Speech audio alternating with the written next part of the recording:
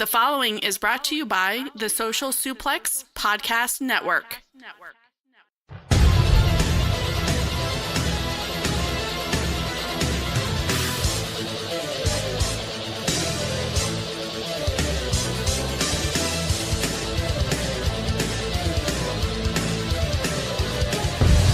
It's time to get in the ring with DJD Coos.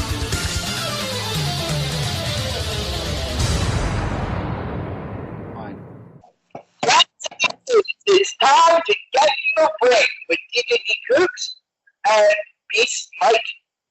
How you doing, Beast Mike? I am not too bad. I think we're all still feeling the effects from TakeOver 25, where some of us are still feeling the effects of the Best of Super Juniors final. I know the wrestling world is mourning the loss of a legend in the game last week. So it's been the best of times and worst of times kind of week, I think, in the world of wrestling. I'm sorry? We got Atsushi Aoki. Oh, I forgot about that. It's Sushi Aoki from All Japan. Yeah, he passed away due to a motorcycle accident last week. I believe it was last Friday. It was last Friday or last Saturday, something like that. But it was obvious it was in between shows that we had, so that's why I think it's the wrestling world has been clearly mourning his loss. And there's good clips of him fighting Daniel Bryan in All Japan, and there's good clips of him in various other really good matches. So he was only 41, which is the sucky part about it. He was just kind of still in prime. So he had guy in the All Japan Junior division. He was the All Japan Junior Heavyweight Champion. Yeah, I think he won. Good. He was the All Japan Junior Heavyweight Champion at the time he passed away. Yeah, I think he won that title like 2 weeks prior, something like that. I think he won like 2 weeks earlier, before he passed. Jun Akiyama was wrecked over this. The owner of All Japan, because he was very close to this sushi. But overall, what a sad loss. Not particularly a legend, but a very good wrestler. I've seen some of his stuff. Very good. Very good worker, and very much on Japanese wrestling. So we have TakeOver 25 to review, the Best of Super Juniors final to review. We have Dominion to preview, and we have the Week in WWE to review as well. I had to mention we're going to continue the countdown of the top 100 matches. We're at, 95 and 94? Yeah, 95 and 94. Yes. And we're going to take it back to the 80s and the 70s, respectively, in those two matches. I'm looking forward to it, honestly. I'm looking forward to it, honestly. I'm looking forward to watching a New Japan versus UWF feud match in Fujinami versus Maeda, and a classic NWA title match in Harley and Terry Funk. It should be it's going to be very different to see that. So I'm looking forward to how different the styles were, as opposed to a lot of the stuff we watched were in the 90s, and we watched obviously the Sino Umaga and Almas and Gargano, which is obviously way more recent. But yeah, it's going to be very different. I'm looking forward to seeing what happens here. So where do you want to start? Let's start in the order. Let's start with the two biggest events. Let's start with TakeOver and go to Best Super Juniors, preview to me, and then go to Raw, SmackDown, NXT, 205 Live, and WWE UK. Cool. So let's start with the event that happened first, NXT TakeOver.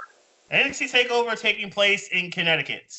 And we'll I guess I'm about to do the pre-TakeOver stuff of what happened. We had Belair and Mia Yim round 3, which was a pretty good match. Ultimately, it was Mia winning fair and square, but it's been a good rivalry between the three of them. I wouldn't mind seeing them continue to wrestle. Plus, Keith Lee handling business against Kona Reeves. Keith Lee, I'm so annoyed that Dijak got hurt and it hasn't been able to run it back with Keith Lee. That's a match I absolutely need to see happen again in NXT. Their first one was excellent. I need to see round 2. But now let's get to the main card. What's up? And then the main card, oh my god, we're stumbling all over we're both still in shock because of how good this card was. So let's talk about it. The first match was Riddle versus Roddy, and a physical slugfest between the two. So much brutality. The combos by Roddy Strong, the combos by Riddle. There were so many times I thought Roddy had him beat because of how well he worked on the back. It was highly entertaining from bell to bell. I can't believe Riddle won. I honestly thought Roddy had him beat so many different opportunities. But Riddle got it done. I thought this was the perfect opener. Really high intensity, high impact stuff there. I loved how Riddle's strikes came off. I loved how Roddy's knee strikes came off. The suplexes galore in this match and backbreakers. Strong powers up and 8 more elbows after the Bro mentioned attack with elbow strike. 8 more elbows and then Riddle hit the flat tombstone pile drive to win at 14.50. Where would you go with this match? 4.25? 4.25 is about right. Yeah, 4.25 is about right. I really did enjoy it from the start. It really kicked up about halfway through, and then once both guys really got the flow and got the feel of it, it got incredibly physical, and it was very entertaining from start to finish. So I'm all for it. 4.25 is a good rating for it. I like the way big win for Matt Riddle. Then we had the fatal 4-way ladder match for the NXT Tag Titles. The Street Profits, Oney Lorcan, Danny Burch, Forgotten Sons, and Red Dragon. From your favorite match of the night to my favorite match. I thought this match would be entertaining from start to finish. I had no idea it'd be this entertaining. Red Dragon, a.k.a. Kyle O'Reilly, Bobby Fish, they took a massive beating from start to finish in this match. Jeez, there were times where I thought Kyle O'Reilly had broken ribs or a broken back. And I thought Chad had broken arm. Yeah, legit. And I mean, we saw Bobby Fish after the event or during the well, we'll see it later, but we saw Bobby Fish was in a sling he might have a broken arm. But yeah, it was so Forgotten Sons were so violent. Why did Wesley Blake do that tope into the ladder? Not into Fish or O'Reilly, but into the ladder. Why did he do that? It was so unnecessary. It was so unnecessary. Match. That was the highlight of the match. And for just at the end, like that was amazing. The ladder and then knocks off Cutler for the win. That was an amazing finish. The Dawkins with the spear under the ladder on Blake. No, it was on Blake. He speared. So Dawkins with the spear to Cutler, and then Blake's going for the titles, and then Ford with the springboard, going to the Shelton Benjamin School of Springboards. Oh yeah. It was Cutler that got knocked off. It was Cutler that got speared. But the point is, what a finish! Street Profits winning on their first takeover. They're NXT Tag Champions, the 16th NXT Tag Champions. I'd probably go 4.5 on this. I love this match. I love how physical it was. The Jackson Riker involvement was really good. How he destroyed everyone until it was basically 6-on-1. I love the teamwork and the synergy of all parties involved here, and how it kind of broke down to 2-on-2s at times. I really enjoyed this. I thought the Riker stuff sort of hurt the match bit, but hurt the momentum of the match in a bit. But overall, this was fantastic. Innovative stuff in the last match. 4 stars flat. Okay. Next up, versus Tyler Breeze. A match of a little bit of psychology involved and a little bit slower pace than the first 2 matches of the evening. I did love the showmanship from both guys, especially Velveteen. I enjoyed the savagery of the selfie that Velveteen took during the match. I thought that was hilarious. When Breeze was knocked out on the table, and Velveteen grabs his phone and basically takes a selfie of him in the North American title and Breeze. I thought that was some very good savagery. I enjoyed basically how Velveteen hustled Breeze to win the match. After Breeze hit with the beauty shot, Velveteen rolled out of the ring, came back in the ring with the title, and basically outsmarted Breeze. So he could hit the DVD and then the Purple Rainmaker to get it done. I'd probably go solid 4 for this, but I really did enjoy the ebbs and flows in the match. It was a little bit slower pace for me. I wanted to be a little bit faster of a pace, but all in all, still a 4-star match. I go 3 3/4. It's very good.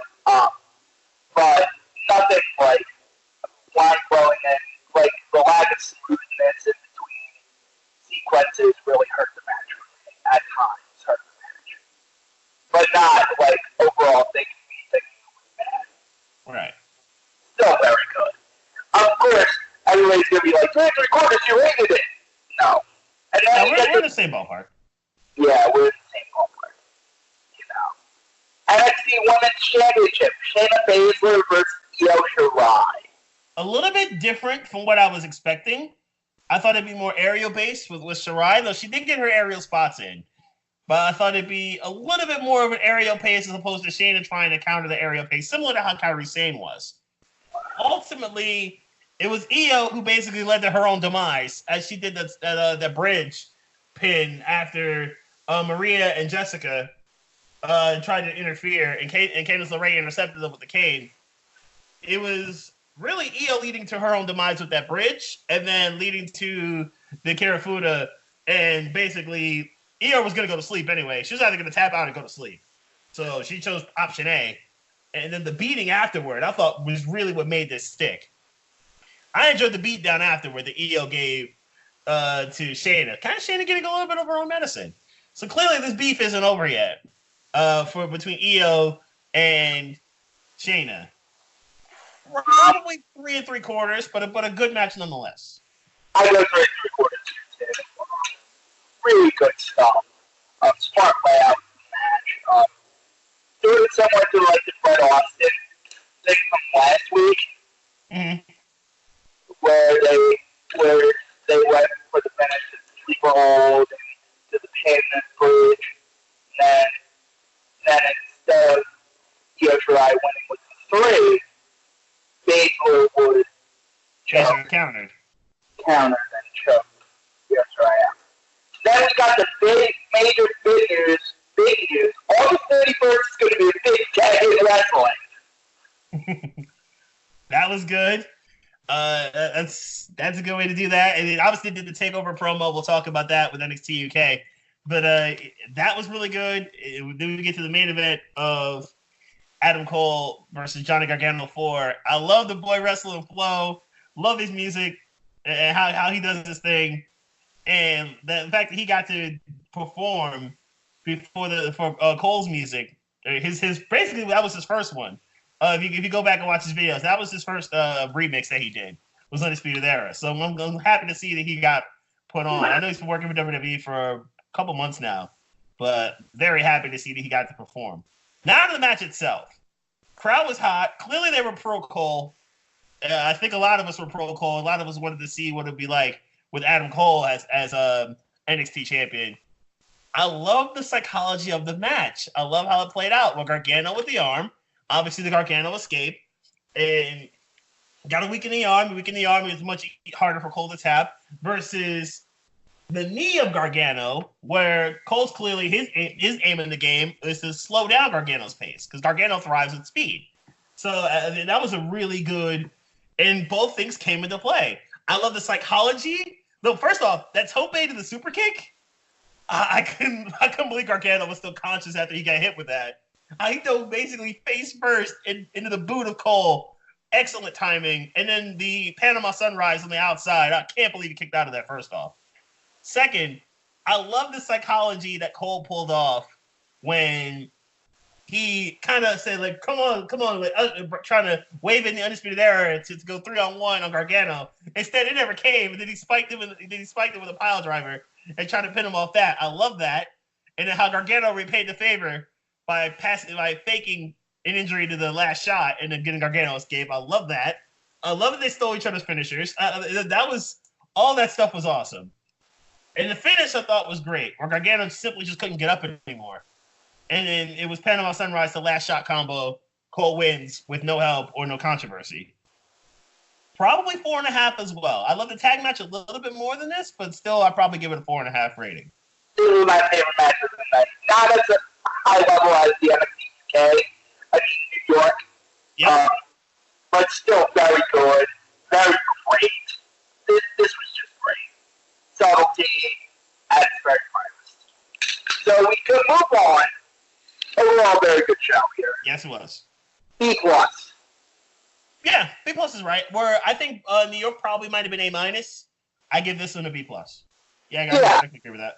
I'm surprised that this crowd is hot because I didn't know how Connecticut crowd would react to an NXT takeover. So I mean, it's a suburb of New York, though, so I can. It's really close to New York and really close to Boston, two WWE hotbeds. It's not too far from Philly, which is another WWE hotbed. So I think enough people, especially in the New York and/or Boston areas, could get to Connecticut to get to this.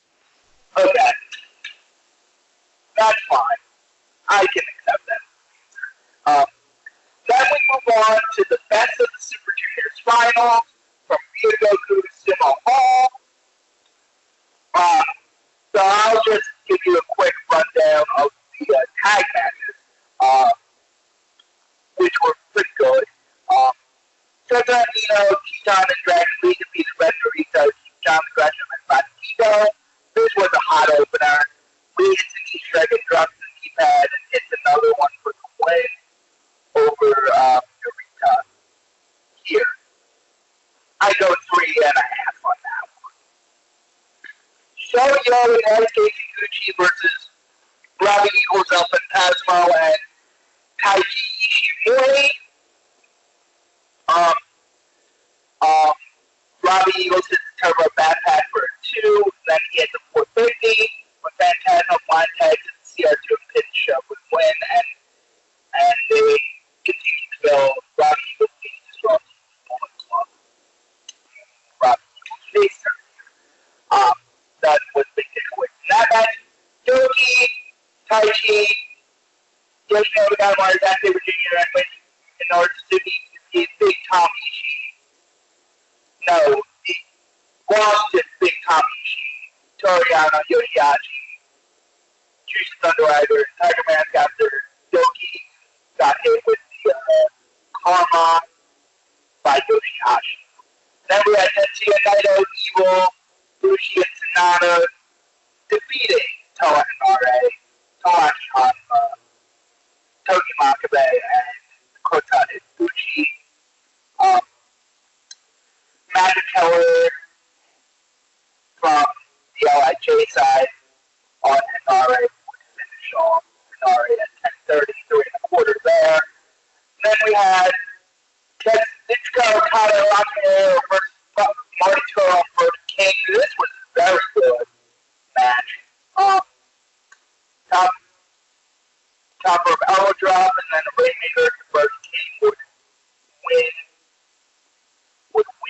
there. Okada would versus King. Then we got a Jericho video after the match. This was the big takeaway from this match. And Okada to come out and play at Dominion. It's Rainmaker versus Painmaker. I'm guessing the Painmaker is what Jericho is going to call the Judas Effect in New Japan, or he's going to call it the Judas Effect anyway. And Jericho will beat Okada for the title. Okada cuts the promo saying that it isn't a toy to be played with, and asks, what the hell is the Painmaker anyway? Okada makes sense to me. Then we got Hiroshi Tanahashi versus Jay White. This is where I'm going to go a little more in depth. Tanahashi just came off of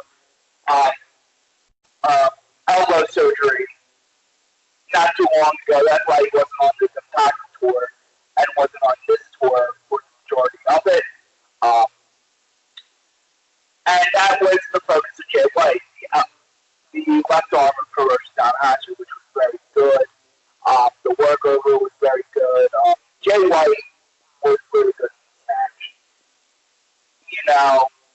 Jay White is very polished now. And that's good to see. Good match with Tanahashi. And this match really over-delivered, in my opinion. This was the best match so far together. Wade's aggression was absolutely outstanding. And it has been something he's been missing. Okay. And he had a ferocity about him while Tanahashi seemingly fell apart. Jay White dragged his followers as he looked for the clover leaves Tanahashi. Jay White attacks the arm and cradles him for the win. This was great stuff overall. Then we get to a match I think you saw as well. Juice Robinson versus Jon Moxley. Your overall impression? I don't think I actually did see this. I don't think I watched this particular match. I heard some stuff about it and how it was a pretty solid match from start to finish, but I don't think I actually watched it. Like Tanahashi did go back to the rating 4.5 quarter. There, I would rate it. But this Jon Moxley match was fan-fucking-tastic. Moxley was very motivated. Juice was motivated along with him. He had intensity just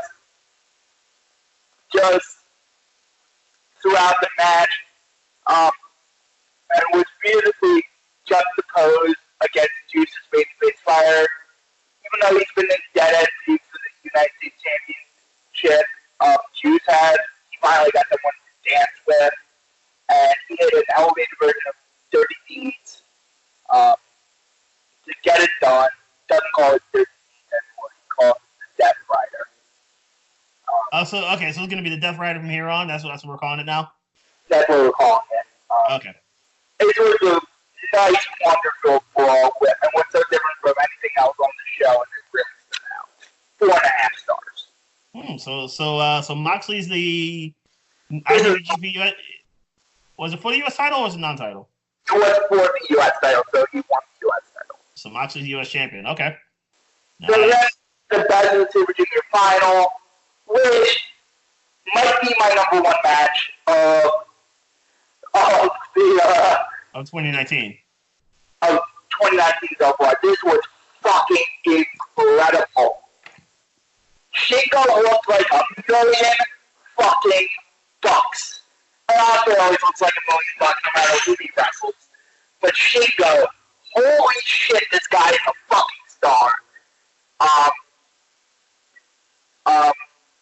I think we talked about it before, a couple weeks ago, where Shingo's going to get a big payoff at the end. I think at the start of the tournament, I think we talked about it. That Shingo's going to get a big payoff at the end, and that he was going to be basically made out to be a star.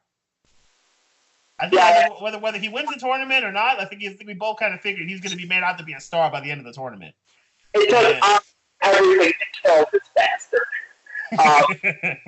Took the hidden blade, took the Oz cutter, took the sword breaker, took the 630.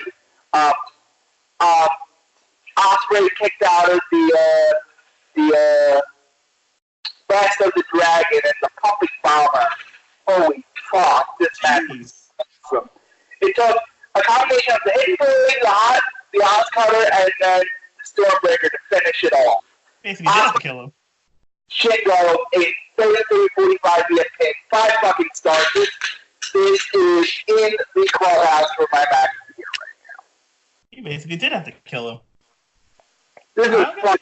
I'm about to watch that. I'm about to try to seek that because it sounds like this match was really, really dope.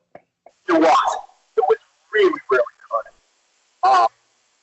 And must see. Go out of your way and watch this. This is fucking awesome. I can't say enough great things about it.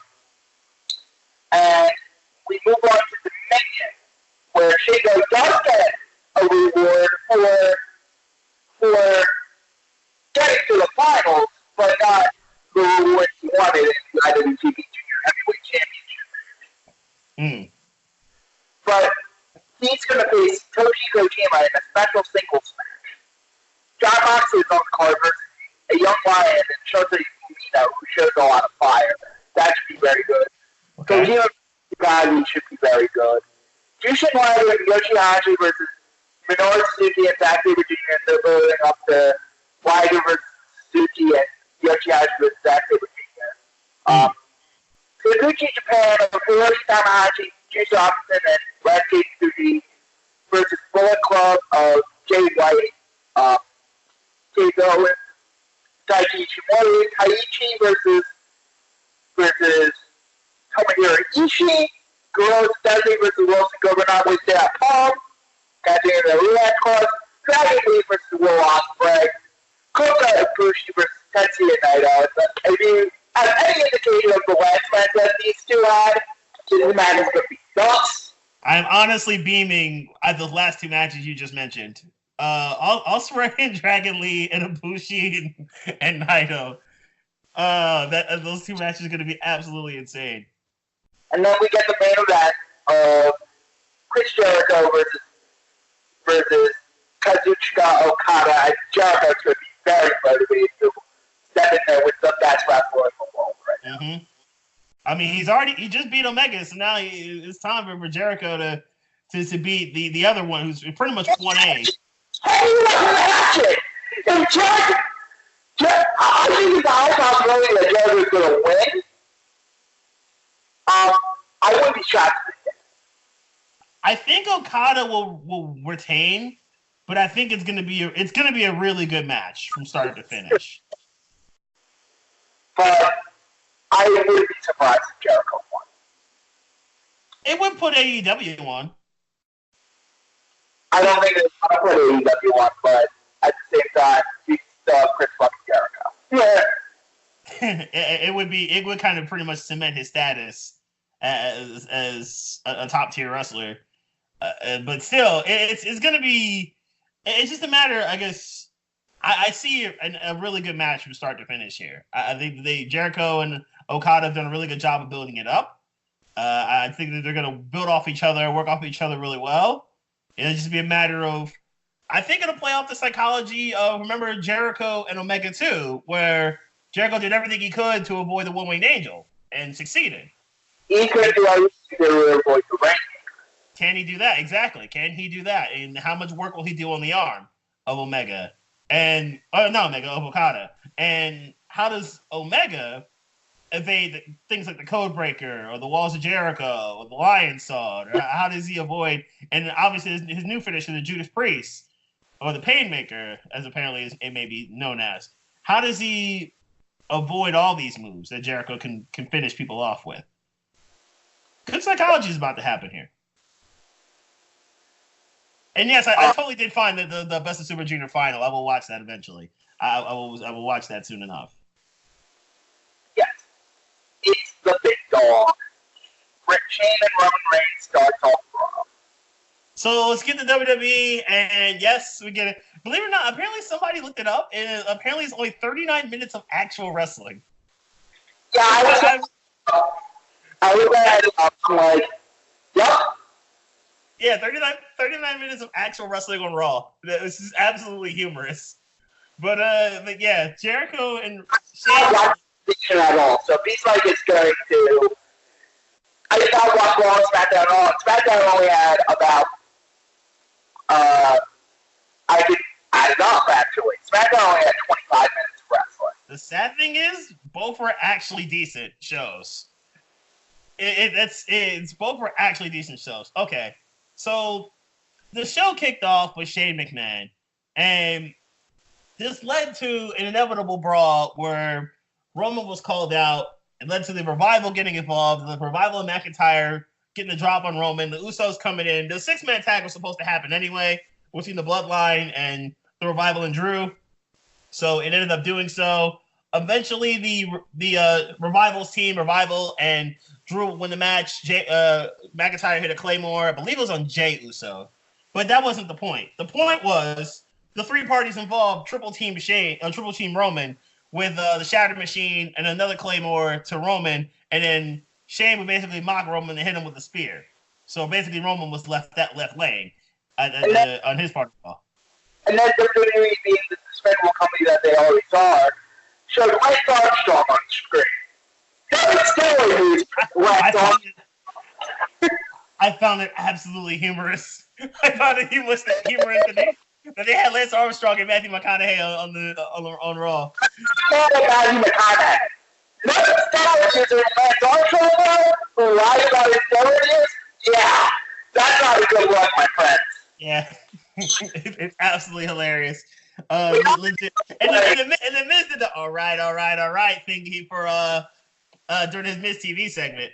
But yeah, it was absolutely humorous that they had Lance Armstrong on the Raw here, because they were in University of Texas in Austin. We all know Lance Armstrong is a Texas alum. Okay, so Lacey and Charlotte, decent match. Probably would be much better if it were on a pay-per-view, but it's a decent match all in all. it was really going nowhere. So Becky basically interfered and dropped Lacey with the manhandle slam. So you didn't miss but too much. Rey Mysterio submitted the U.S. Championship to Samoa Joe. Decent promo on both parties. Joe basically put Rey Mysterio to sleep and then took the title. It really should have been Joe's to begin with anyway. Joe never really should have lost it considering his shoulders were actually never really down. So Joe's the U.S. champion again. We missed nothing. Strowman won the arm wrestling match, but Lashley got the drop on him and actually put him down with a nice power slam. So very impressive strength by Lashley. Pretty much leading up to their match for Super Showdown. Alexa and Nikki beat the Iconics in a tag match. Alexa assisted Nikki Cross in Nikki beating Peyton Royce. As Billie Kay actually spilled Alexa's coffee, Alexa got super embarrassed, but it was that distraction that let Nikki recover. It basically hit a corkscrew neckbreaker, which was a hanging corkscrew neckbreaker with Peyton suspended on the top rope. Got the 1, 2, 3. Alexa got super pissed and probably DDT Billie, leaving the Iconics laying in the middle of the ring.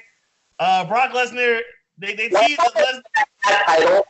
When will they defend those titles? At some point in life, you would think they're going to defend them, but I've really only seen them defend them, once? Against jobbers, I think? Yep. Yeah, I think that's the only time, and that was right after WrestleMania, sure, but that's the only time they actually defend the titles. What a display. And then you had Sasha Banks possibly go home. Yes, Sasha Banks all but went rogue, and as we see, Sasha Banks is all but exiting stage right, which is a real shame because I'm a fan of Sasha and her work. But that's a real shame.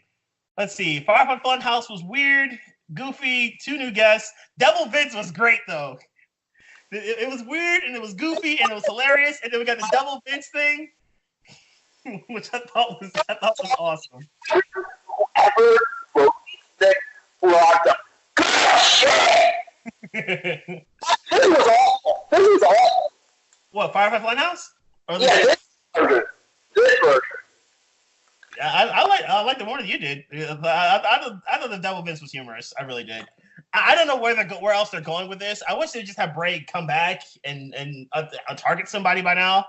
But it's humorous. It's just that part of it I thought was semi-comical. The whole workout plan with Bray Wyatt, I wasn't with that. I will totally agree. I wasn't with the whole workout plan. But the Devil Vince thing, I thought was great. Okay. Meeting again. I don't give 2 shits about this match. That promo was forced. There's no other way to say it. That promo was they were trying to think of stuff to say bad about each other to get the crowd hyped for it. That was so forced. It was masturbating in front of each other. It was pretty much. It was. That's what they're going to do on Friday night. We're just going to jerk off each other for 25 minutes. It was so forced. It was. Even the insults they tried to put at each other, it was like they were just trying to think of stuff on the fly to keep the crowd interested. It was so forced. I was completely out of whack with that promo. Just have Orton Prince Triple H and get it over with. But the major thing that happened on Raw, quite honestly, was the Brock Lesnar situation. And although Ricochet Cesaro was good, that was a good match, and this is a Ricochet would win round 3. Not as good as rounds 1 or 2, but it was a good match. That freaking R-Truth going into the table. That was great. The 24/7 stuff is absolutely hilarious. All of it is hilarious. There's more of it on SmackDown. And by the way, we should also pay our respects to the 32nd Jinder Mahal 24/7 championship reign that he had on the golf course. We should all pay our respects to all that, because that totally happened last Sunday. The only person that should hold that title on a regular basis. R-Truth is becoming Crash Holly. He's basically Crash Holly 2.0 with his 24/7 championship reign, and it's absolutely hilarious. This must continue. This must proceed. He's basically Crash Holly 2.0, and it's absolutely amazing. So we'll keep it going. Let's see. Taker's promo, whatever. And then we get to the main point of the show was Brock Lesnar and cashing in Money in the Bank. So Heyman basically gave his guarantee that they were going to cash in at some point on Raw. And obviously impatient Rollins was prepared for Lesnar to do so. He was going to cash in on Rollins. So pretty much is already set in stone. So it turns out Rollins comes to the ring, and then Baron Corbin comes to the ring to starts drama with Seth, and they start to throwing hands. Lesnar's music starts to play, and then Corbin gets the drop on Rollins at the end of days. At this point, Rollins is easy pickings for Brock Lesnar, and Brock Lesnar did not wait to feast. And Brock doesn't know when to cash in money in the bank. He doesn't know how to cash it in. He's an idiot. Brock is portrayed as an idiot here, and I hate every second of this. Brock basically sent Rollins to the hospital. Becky Lynch went with him, obviously, because relationship.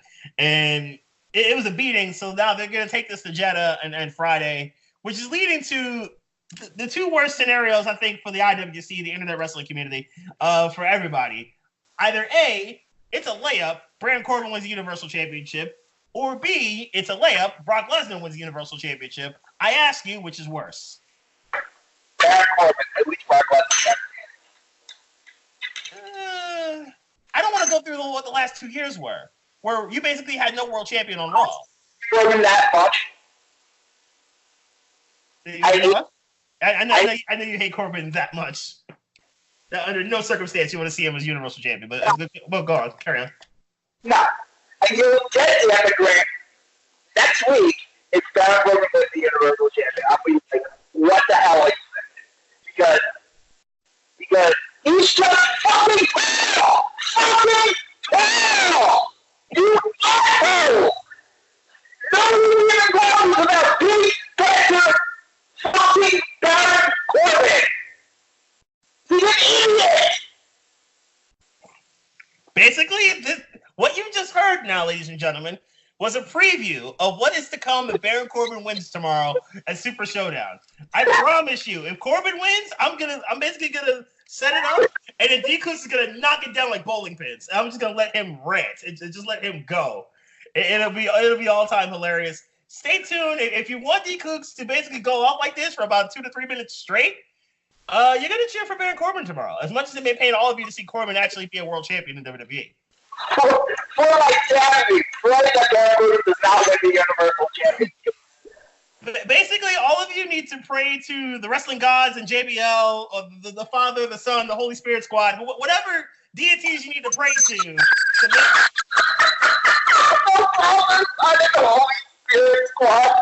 Whatever deities you need to pray to make sure that Seth Rollins walks out of Jeddah as Universal Champion, do it. So send him the Spirit Bomb. I don't. However, it has to be done. If you want Rollins to walk out Universal Champion in any way, shape, form, or fashion, this is the way. I think his prayer is probably all going to take.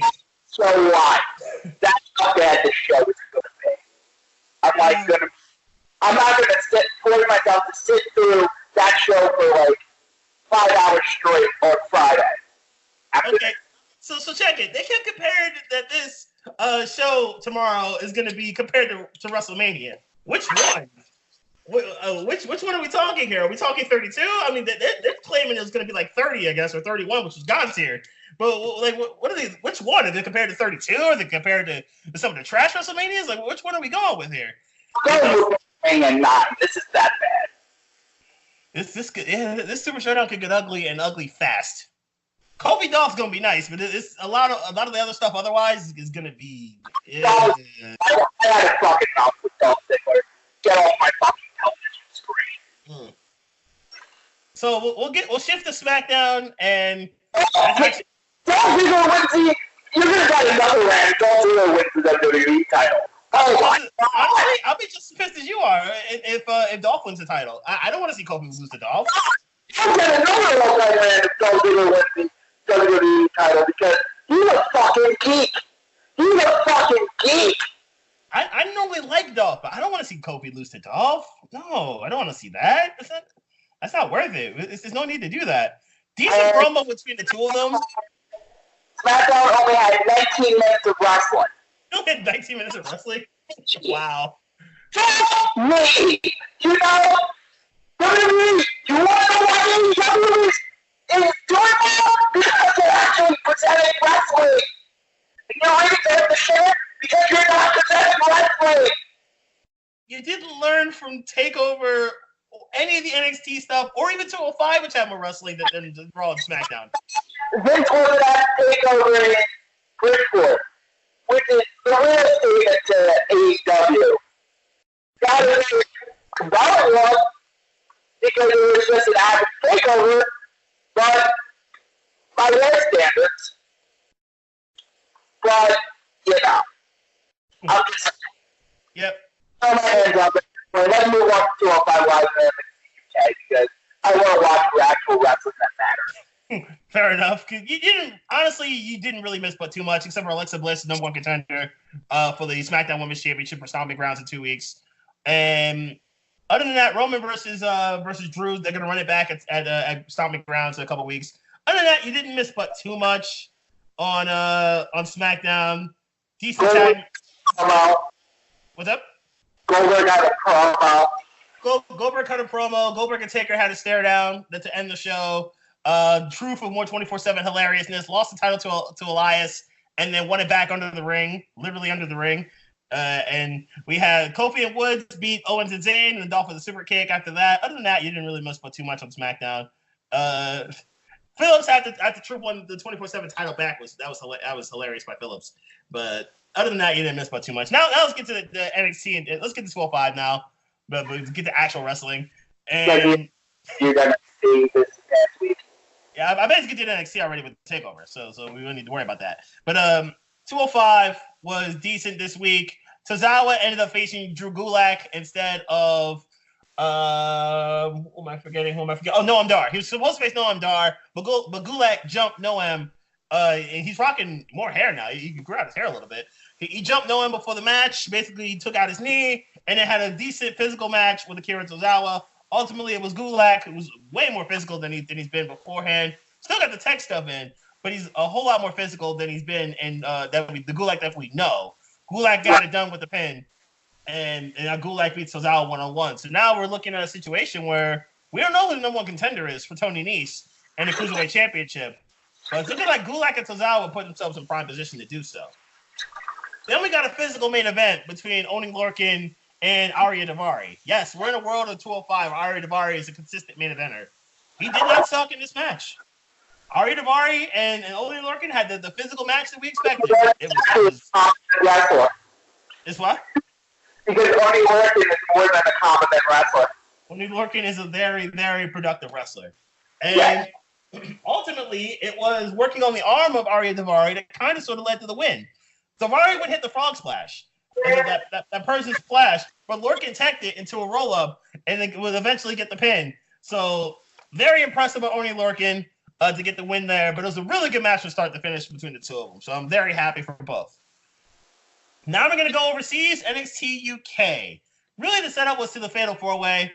The winner, obviously, getting the next shot at Walter and the WWE UK Championship. They set up Imperium versus British Strong, the BSBs next week. That's a 6-man tag I'm absolutely looking forward to. That's going to be incredibly dope. That's a takeover-worthy match. Speaking of which, we're going to get takeover for the UK.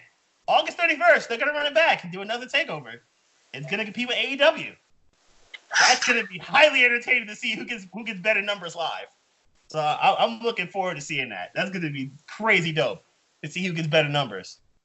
Anyway, really the main thing on this program was that the Fatal 4-Way. There's really not much else of true note happened except for the GYBs are going to defend their tag titles in an NXT UK Loud event. But other than that, you really didn't miss but too much. So as they jumped Wild Boar and the Wild Boar tag team before they made their promo, and Zach Gibson was incredibly pissed. It was actually pretty good. But the Fatal 4-Way is what we're here for, and the Fatal 4-Way did not disappoint. It was a whole lot of stuff with Mastiff. Mastiff was really good. Joe Coffey was really good. And a guy we both love, and Jordan Devlin, he handled his. But ultimately, it was Travis Banks capitalizing as the other two parties involved hit Devlin with their finishers.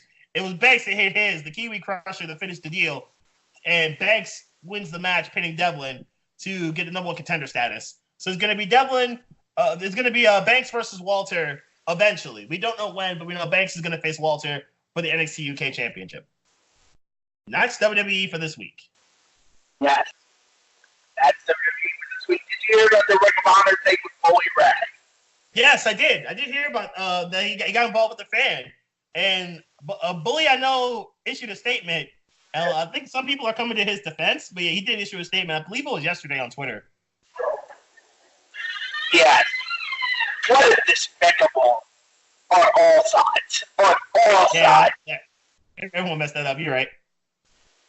Holy Red, how would you feel if you were wrestling in the locker room and you had some rowdy fan come to the backstage area just to be intimidated? Well, you didn't want a rowdy fan back there. The fan was an asshole. Cody Red was an asshole. A lot of people handle this wrong. Yeah, it's 100% true. A lot of people handle this absolutely terribly. I think it was a completely mismanaged on all parties involved. I think they all need to kind of have a, like, to just kind of hash it out and just try to squash this. But it was completely handled horribly wrong. The other big thing that happened in ring competition this week, Anthony Joshua got rocked by Andy Ruiz. And the funny thing was about this fight was that Ruiz wasn't even supposed to be the main guy. He only came in because he slid in the DMs of Joshua's connects, decided to say, okay, I know the guy you're supposed to fight couldn't do it. So I think he failed a drug test, the guy he was supposed to fight. And Ruiz was like, hey, let me step in and handle this. Let me step in and fight him. And Joshua, thinking it was sweet, I guess, he was like, all right, cool, let's go. Ruiz honestly dominated the fight for the most part. And eventually to the point where Ruiz would basically get a TKO win in the 7th round. And now he's the first Mexican-born heavyweight champion. And what we have here in this heavyweight division, we've got 4 main guys now. It's beautiful for boxing that we got a good heavyweight division. We got Ruiz, we got Joshua, who I'm sure going to run it back, and then we got Tyson Fury, and we got not Tyson Fury, we got Deontay Wilder, and we got Fury. So this is a really good heavyweight division. This weekend. What's up? Triple G fighting this weekend. And Triple G in his division. Boxing is starting to get nice again. I'm all for this. So it's becoming and a lot of people are getting on Joshua that he should have fought Wilder because that was a big money fight. But it's building up nicely. I'm loving this. I'm loving how this is happening. I think it's going to be boxing for the next couple years. It's going to be dope. It's going to be really, really dope to see what happens in this heavyweight division with these 4 guys. You got 4 guys who I can honestly say, okay, these 4 dudes can get it in. So let's go. Let's see more of this in this heavyweight division. We need these big money fights with Wilder, who's clearly, to me, he's the star of the 4. Wilder's the main attraction here. But I need to see combinations of these 4 continue to fight for the next 2, 3, 4, 5 years. Let's continue to make that happen. But yeah, I'm looking forward to see Triple G battle again, though. You're right. I'm looking forward to see Triple G fight this weekend, too. And then anything in the UFC world. I know 238's coming up. And that is this Saturday, actually. Henry Cejudo is looking to become a 2-division champ as he faces Marlon Morales for the Bantamweight Championship. Valentina Shevchenko versus Jessica Ai for the Women's Flyweight Championship.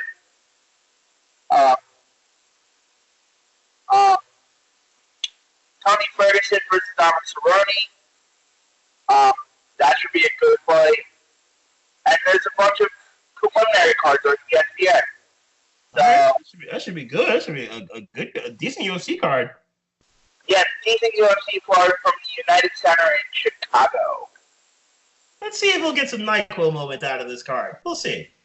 Looking forward to it. We'll take a break and then go back and watch some 80s and 70s wrestling. Are you tired of the same old pro wrestling? Then check out the amazing action on Powerslam.tv, the biggest indie pro wrestling channel in the world. Get over 3,000 hours of the best pro wrestling events from over 100 of the biggest names in the industry from over 15 countries around the globe. Get your free trial today at Powerslam.tv. And we're back. Powerslam TV again. It's the promo code Social Suplex. Got a free month. Look at all that content. It's summer vacation for a lot of school students. If you're into wrestling, Social Suplex Network got you covered. Easy way to spend your summer vacation. Thousands and thousands of hours of content, Lots of action, lots of drama, lots of suspense. Social Suplex is a good way to hook it up. They got you covered for the summer. Lots of shoot interviews too, so. Yes. So that should be fantastic. But first, we watched some of the greatest matches ever. This is 94-93 in our greatest match ever with the Edge. Mm-hmm. Here, as we have first Akira Maeda versus Tatsumi Fujinami from 6/12/1986 in Osaka for New Japan Pro Wrestling. This is at the height of the New Japan UWF. And Mike, you might want to do some research on this while watching this, because I don't know all the intricacies of the UWF New Japan, the original one. This was the feud that basically influenced Eric Bischoff to create the NWO. Interesting. Yeah, we go. All right, let's look into that. So Fujinami versus Maeda. A lot of promotion in the UWF, so you won't know what's the UWF. Its anniversary is literally 33 years ago next Friday. Look at that! We got something on the date. Literally 33 years ago next Friday. The number 2 match was literally was 3 days ago. The anniversary of it, 6/3/94. Everyone knows that match. It's hard to tell. It's the Toshiaki Kawada match from Ultimate Pro Wrestling. But this is good enough for us as we were watching Tatsumi Fujinami versus Akira Maeda. WWE Hall of Famer Tatsumi Fujinami. You ready? Yep, let's go. In 3, 2, 1, go. So it looks like we got a hype crowd first off. Yeah, this crowd's huge. I just didn't see bowling that We got a hype crowd to start with. We got some streamers involved here. Both wrestlers getting some flowers involved here. Wow, like tell who's who. And we got the introductions here. Maeda is in the black trunks.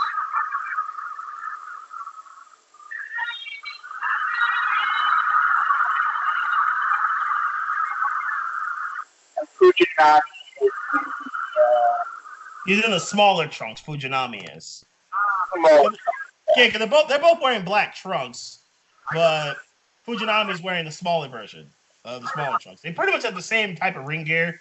Black trunks for each, black boots, black knee pads. No one's wearing any elbow pads here. Similar haircuts. No, these two aren't clones, but they pretty much did everything else. Where it's they do. You can't tell them apart though. You can absolutely tell them apart here. Or, yeah. And looks like we got Tommy's smaller. yes. Maeda. And it is a little smaller. So let's, And start. here we go. Actually, no, we can't tell them apart. Fujinami's not wearing knee pads. Oh, right. Yeah. Yeah, Fujinami's not wearing knee. Oh, okay. Maeda, we're right for the kick right off the top. But they're gonna lock up. Oh, passing the orders here. And side lock it. Then we get right on the business. Got the wrist lock going on here. Nice. Nice. Takeover. Yep. No count. Shoulders are not on the mat. But basically, UWF was an offshoot promotion from New Japan after Maeda split from New Japan back in 1985, and promotion to go under, and UWF was come back. Nice little armbar sequence. Now he's got a little bit of the arms, and the nice stacked up, but the shoulders are not down. Now the left shoulder is not down. The right shoulder is. You see that strength. Strength of Maeda. Can you get him up? He's got him stacked up, but the shoulder's not down, so you can't really count it right now. Right. And let's go back to a knee bar. He's got the ankle. He's got the ankle like a scissors. Oh, there he goes. And then Fujinami reverses. Gross. This is definitely more shoot style, which UWF was known for back in the day. UWF was basically a precursor to Crank Trace and Kick to the knee. It got the crowd hype a little bit. And responded in kind. A response in kind. that was a hell of a response. Yeah, it sure was. I wonder, the lack of knee pads, do you think it's going to have an effect on this match? I think it might. Nice takeover. A bit of an armbar.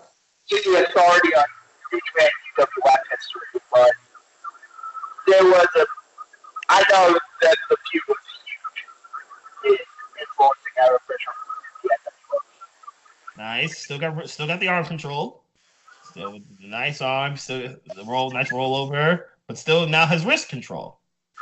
This is a very different match than even like the Brett Boston match. This is very technical. Now he's got a cross arm breaker. He can't unlock the arms. Good defense. Good play here.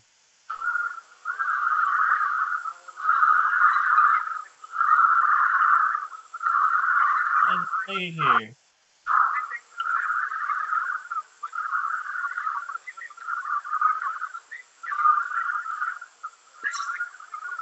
This is enthralling, honestly.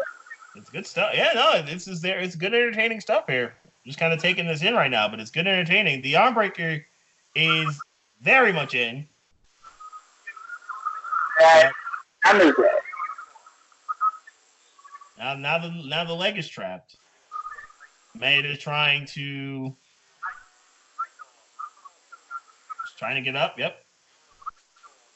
Fujinami reverses and tries to turn it into a grab. Leg grab. Yes. Trying to block, and now we're on one ankle lock, and with the body scissors. Both guys are relatively close to the ropes; they could easily get to them, and we get a clean break.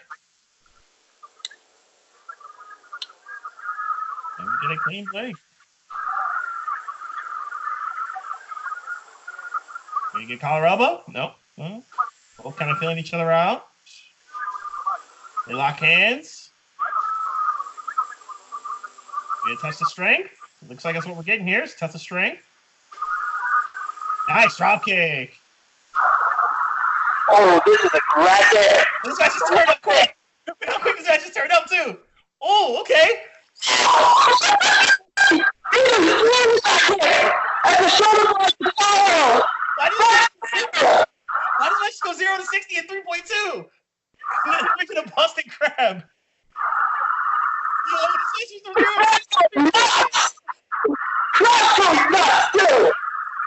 That was so fast!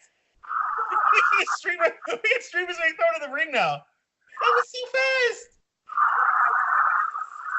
This legit went 0 to 60 and 3-2. Like that was why? This takes place in Osaka Castle Hall for those who want to time and place and whatnot. 1986. Yes. And this was the B block final for the IWGP Heavyweight title decisive week back. It was a tournament. It was a tournament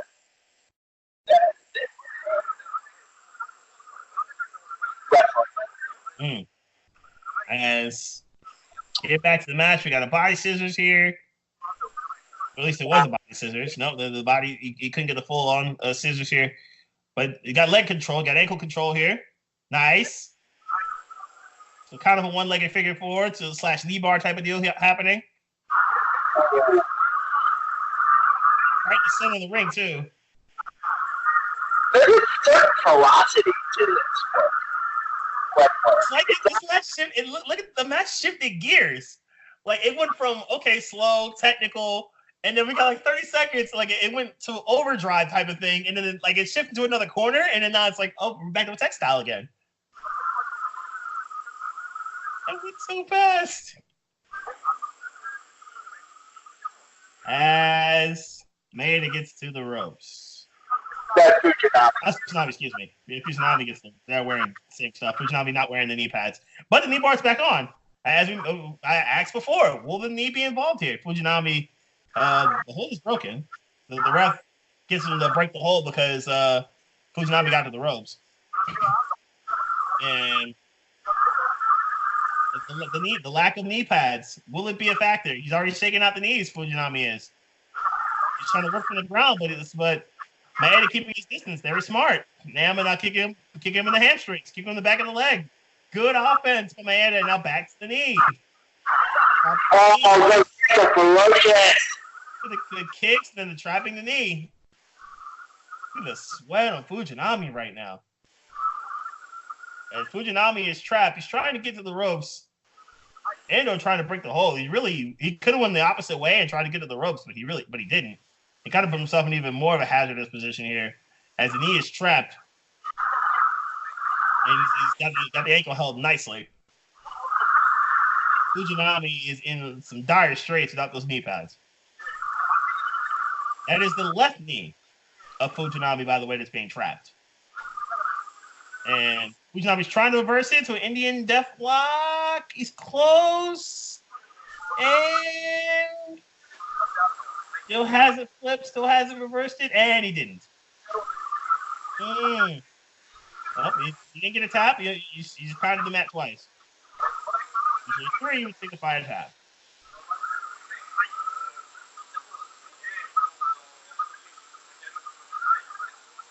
So the knee is very much trapped. Kind of a little bit of a figure four. Not quite a figure four, because obviously didn't spin the legs. But the ropes are reached. The hole will have to be broken, but the damage is certainly done to Fujinami's leg. And Maeda is ready for more. Ooh, kick to the face.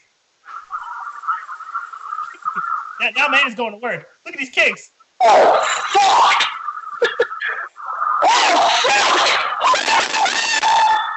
That first one hurt. That first one absolutely hurt. Really? The third one fixed the deal, but the first one got him rocked. That little face wash. That third one got him. Oh, he went right back to work. Oh boy. Breathe, like, you want to give up? He got kicked in the head twice. Did Maeda? Fujinami's trying to turn it. So it looked like a sharpshooter? Can't turn him. Can't turn him. He was too close to the ropes anyway. Yeah, he was. And they literally still got the hold on. He still has the hold on. And they roll outside of the ring. They hit the knee bar hold, and then he gets back into the ring. Oh. Maeda. He got right back into the ring. So he broke the hold, and now he's just waiting for Fujinami to get back in.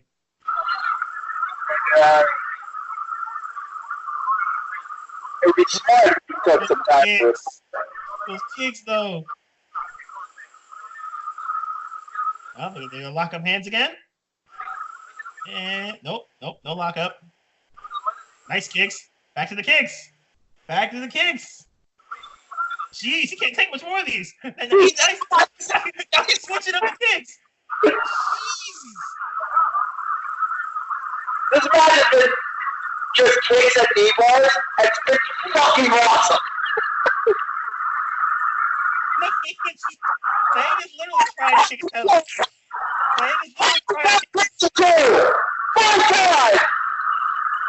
Trying to kick his head off. Now it was Snapmare.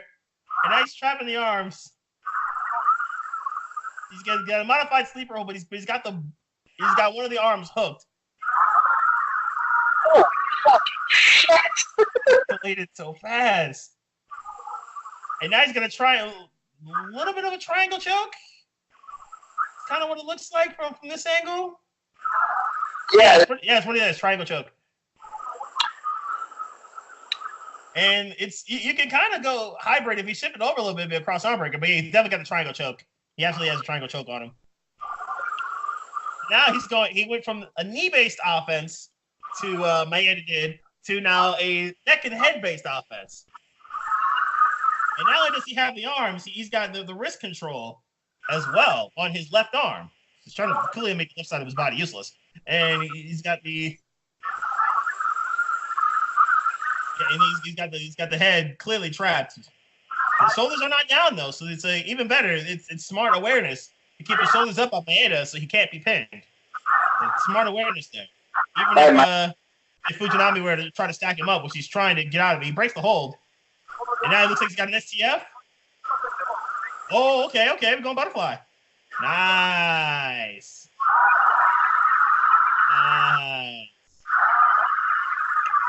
Obviously modified so for the butterfly flow, and then he breaks the hold. And now both guys are up, and now Fujinami's starting to go to work. Kicks to the chest. 3 of them. Going for a pile driver. Yes. Nails it. He nails it clean, too. Spike. Nasty. Nasty. I'm a little behind you, but that's nasty. Doesn't hook the leg, but a kick out by Maeda. Fujinami did not hook the leg. He probably wasn't going to pin him off that anyway. Oh, go back to the Dragon Suplex? Nope. He's blocked. He's got the leg blocked. He's got a full Nelson. He does have the full Nelson part of it. If you remember, the Master Lock is pretty much this. Basically this, the full Nelson trapped. And now he's got a pump. He's shifted. Maeda did. Now he basically took him over. A la wrestling, a pure amateur wrestling takedown. I've seen that many times being at Penn State. The 8 championships in 9 years. Legitimately did not lose in 4 years. Shout out to Bo Nickel and the crew. Back to business. Goes the kicks. These devastating kicks. Maeda going back to the left leg. Kicks and knees and kicks and knees. It hurts. All of them hurt. Kicks and knees and kicks and knees. Oh, kicks and all these kicks hurt. All of them. The ref is constantly trying to make sure that Fujinami's straight. Maeda, the Snapmare takeover with the headlock. He's got the sleeper fully in now. What I love about this is that Maeda's switching up the offense. He goes low, then high, then low, then high, keeping Fujinami guessing. I love that about this. Dude, that's great psychology. I'm involved with this match. It absolutely does. It absolutely does.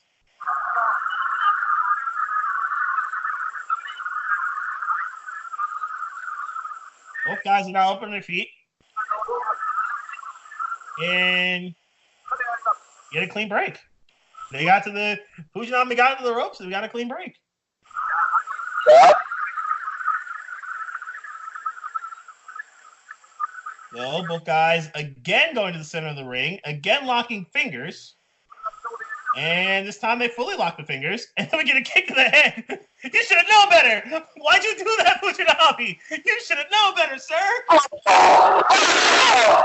should have known better. Why did you do that? You lock fingers only to get kicked in the face.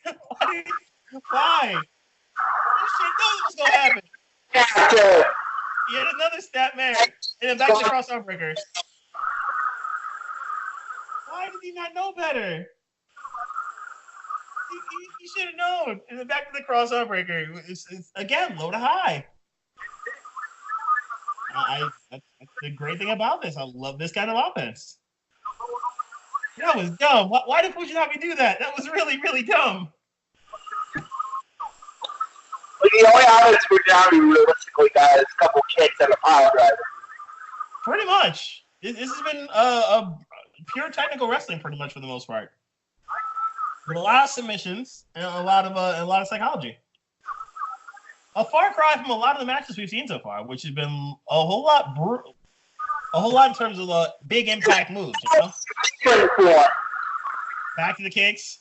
Back to the kick. Ooh, nice counter by Fujinami to sweep the leg out.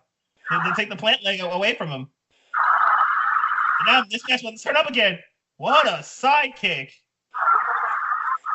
Fujinami just going to the boot buffet. What a side kick. This match. Nice armbar. Nice counter to an armbar. Fujinami is caught with the armbar. It was a good standing switch from potential full Nelson suplex to German suplex, and then it was countered right to an armbar by Maeda. Maeda's got him in the center of the ring, too. He's been working on the arm for a good portion of the match. Fujinami trying to steer his way to the ropes. And he's going to be able to do so successfully. He hooks the left leg onto the ropes.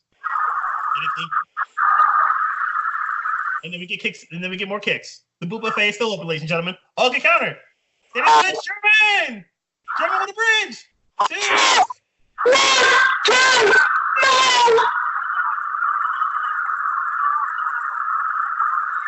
Highly entertaining. Back to the kicks. But this time, it's Fujinami using the left leg for the kicks.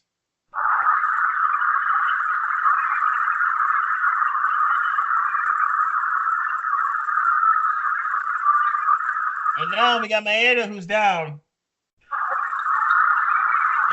And now Maeda's getting up. Ooh, what was that? I think he was supposed to try to get him to capture suplex, and they got caught. But he still has him. It still gets him. Beautiful float over up the capture suplex and a kick out. It was Maeda's capture. Back to the knee bar. They slow the match back down. I love how this match kind of like shifts gears, shifting into turns.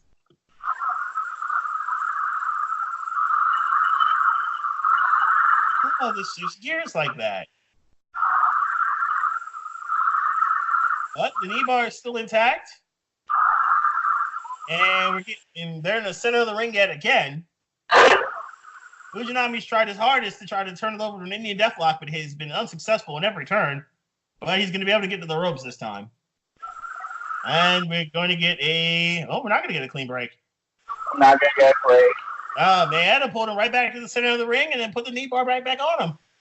And the ref's not having any of that bullshit. Yeah, the ref's not going to have it. The ref broke it up. The ref broke it up instead of getting a clean break. And we're good. Let me see the strength. It tossed him out of the ring. And both guys go to the ground.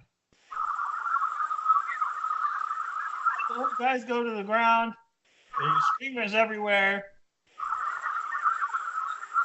Both guys get into the ring. Good job by all the people around the ring to clear the streamers out so that the streamers have not gotten involved. Oh, Fujinami caught the leg this time. Okay, go for sharpshooter. Yes, successful. Sharpshooter, Scorpion Deathlock, however you want to call it, it works. And it's in the center of the ring. Fujinami has Maeda caught, and Maeda his knees are basically facing the closest ropes.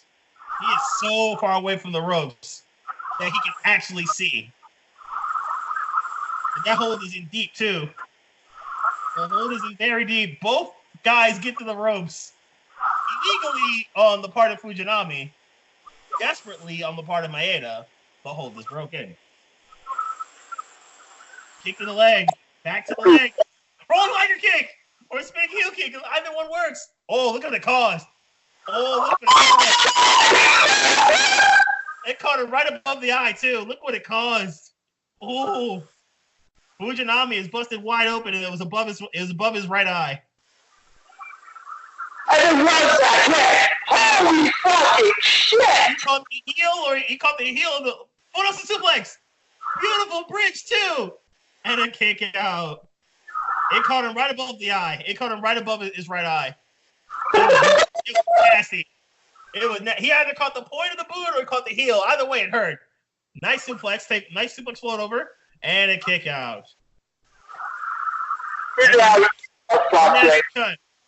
Both guys went for kicks. What the fuck? Oh my god!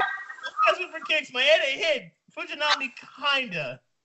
Maeda got the better of the exchange, but both guys are down, and Fujinami's a mess. Bloody mess. Absolutely is a bloody mess. There are puddles of blood at points in the ring. This was no play job. This was legit, and both guys got counted out because they couldn't get up. Both guys were counted out because they couldn't get up. Each other.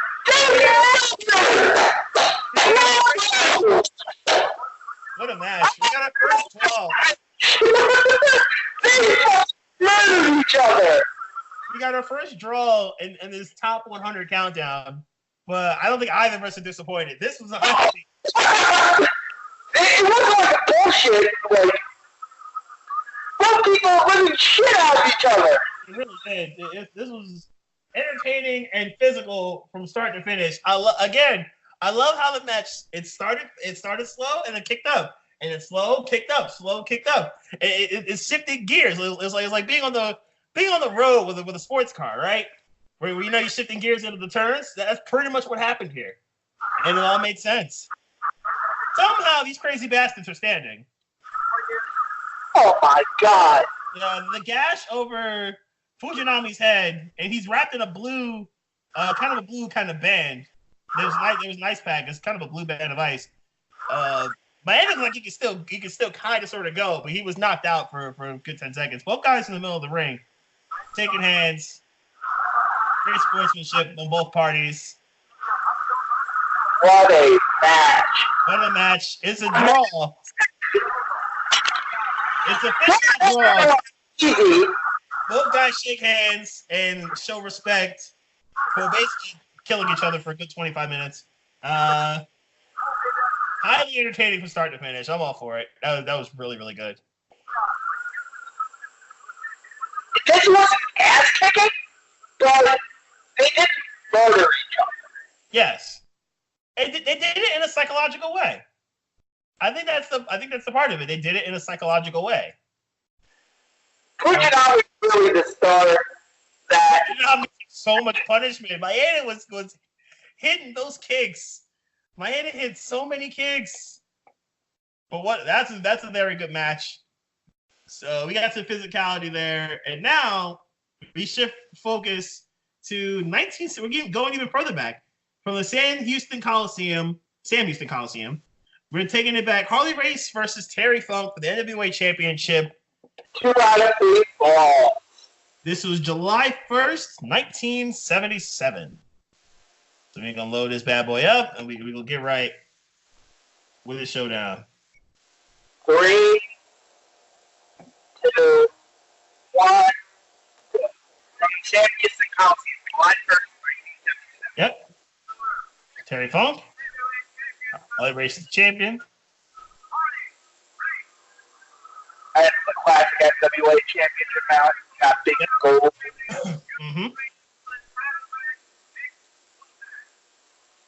Now Harley Race is in the red, and actually Harley Race is in the black. Terry Funk is in the red. And we do have Terry from Kovash. The promoter of Houston. Houston was like an all-star promotion at the time. Spots were bringing guys from across the country, and a lot of NWA championship matches would happen in Houston. This being the holy grail of that. As this match was unearthed a couple of years ago, at first NWA Classics, the former NWA Classics streaming service. Funk's sort of like making sure he knows the rules. That's very subtle. Making sure, yep. Making sure everybody knows it's a good, clean fight. And then we get a shake. Funk's like, fuck now. Yep, just a stare down. And here we go. Terry Funk saying, "Come with it." But that's even then back in '77, he was semi crazy. So let's see what's happening. As Funk moves in, kind of is trying to bait Harley Race and coming in to fight him. Harley Race is not going for it. He's not having it. They circle the ring. Yep. Funk's trying to bait him in. So far, not going for it. Backs him into the corner. But no, they had not come to blows yet. Both parties are still kind of waiting to see what's happening. And here we go. Collar and elbow tie up to start the match. And the separation. And back to the collar elbow. And back to the ropes. We are not getting a clean break. We're still not getting it. And there we go. There we go. The ref really kind of got in the middle of it. And Harley Race was pissed. He was though. And we haven't seen anything. Third collar and elbow tie up, this time in the center of the ring, as Race wins the strength exchange of it. And we got a nice chop, all right? Knife edge chop to start it from Funk, and clearly it stung Race. As the ref backs Funk away from Race because they were close to the ropes, the chop stung Harley Race. He's feeling it in the corner. And Funk is waiting to go in for the kill, but he doesn't. Waits it out. Back to the collar elbows. And then goes back to an armbar. And an armbar's locked in nicely, locked in tight. And he's putting all the body weight on the lower back of Harley Race. Harley Race is down to his knees. As Funk still has the armbar locked in very tight in the center of the ring. The referee just letting it ride, because obviously no harm, nothing's being legal being done, obviously. And now he's got wrist control. Does Funk. And Funk trying to basically just yank the arm off of Race in every way, shape, form, and fashion. Race reverses it, so now he's on his back. Obviously not in a pinning combination because Funk has the arm. But he's nicely on the left shoulder as Race is down in the middle of the ring on his side. But the armbar is still very much in as Funk is kind of got a little bit of a nerve hold with one of his arms and has the fingers locked on Race with the other. Now Funk is standing. And Funk now has his foot over the face of Harley Race. The boot is all over. He can really face watch him. It hurt. Oh, nice. As he sits down with the armbar, and he's got the arm, he's got his legs, I should say, on the shoulders of Race, and he is sitting down, and now he absolutely could pin him if Race somehow passed out of the pain. But clearly we can see, and they actually did just do a pinning combination, but Race got the shoulder up. Now, if you clearly see the game plan for Funk, get the arm, beat up the left arm of Harley Race. And Race can't break the hold. But he's not getting himself pinned. Nice elbow drop to the arm by Terry Funk. Still working on the arm is Funk. And we go back to the arm. Going back to the arm. And back to the foot on face technique that Terry Funk is doing. So far, it's working out pretty well. Foot on face, and then back down. Continuing to put incredible amounts of pressure on that arm. Yes. I just like how he's going right to the arm early. Good psychology by Funk. He understands. It's not a sprint, it's a marathon. And now he's got the arm trapped with a leg scissors.